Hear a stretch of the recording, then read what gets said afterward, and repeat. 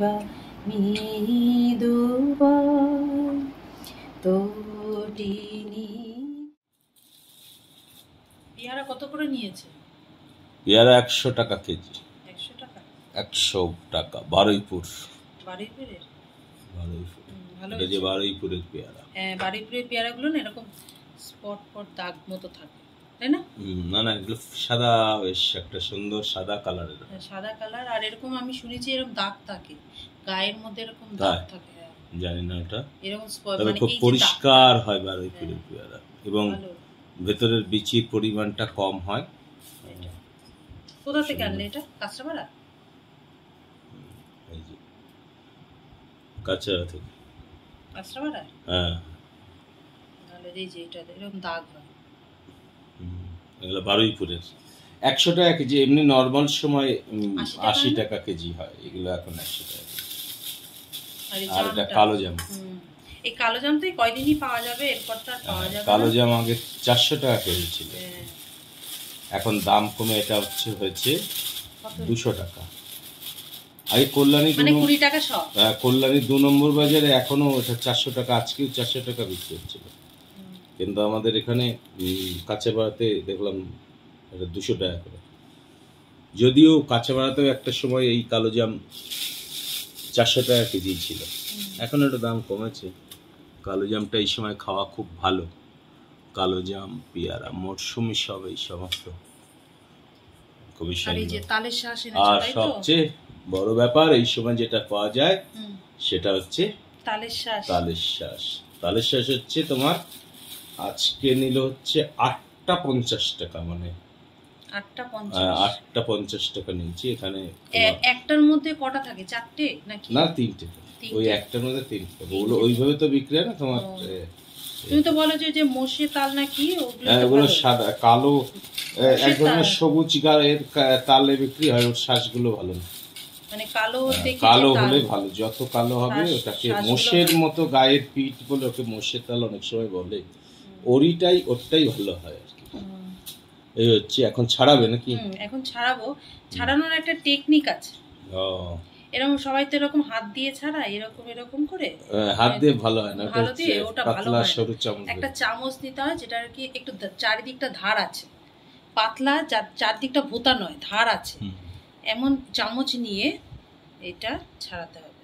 দিয়ে এই যে এরকম করে নিয়ে, এটা খুব তাড়াতাড়ি হয়ে যায়।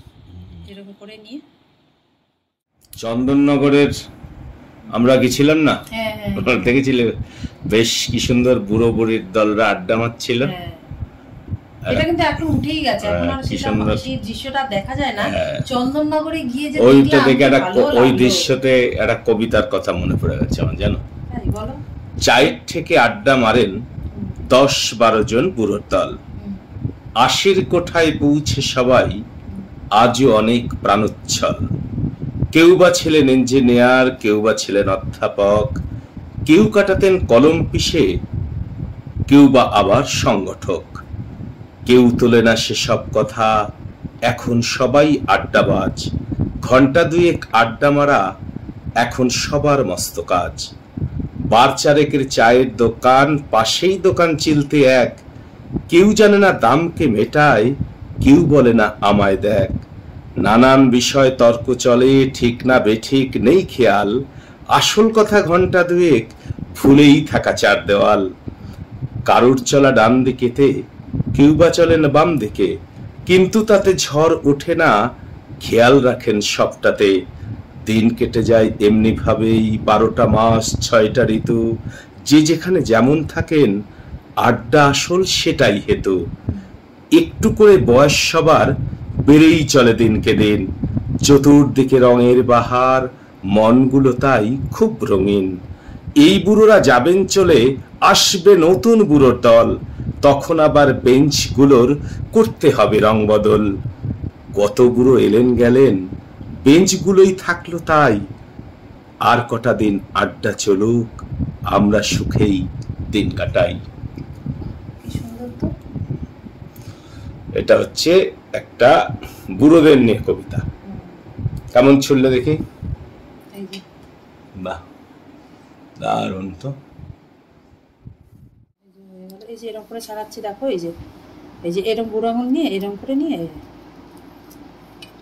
জল ফল বেরিয়ে যাচ্ছে না ভেতর থেকে? না না, বাবা এই দেখো এটা খুব তাড়াতাড়ি হয়ে গেল। এই যে এরকম করে নিয়ে এই যে এগুলো হয়েছে, বাহ। এই যে এক পাশ হয়ে গেল, এক পাশ হয়ে গেল, আবার এই পরের পাশটা এই যে বাহ, এরকম করেই তো ছাড়ানো যায় ভালো বেশ। একটু পাতলা জাতীয় চামচটা নিতে হয়, মোটা চামচটা এই চারদিকটা ধার এবং পাতলা হতে হবে, পাতলা হতে হবে, তাহলে এটা তাহলে ঠিক আছে। এই দেখো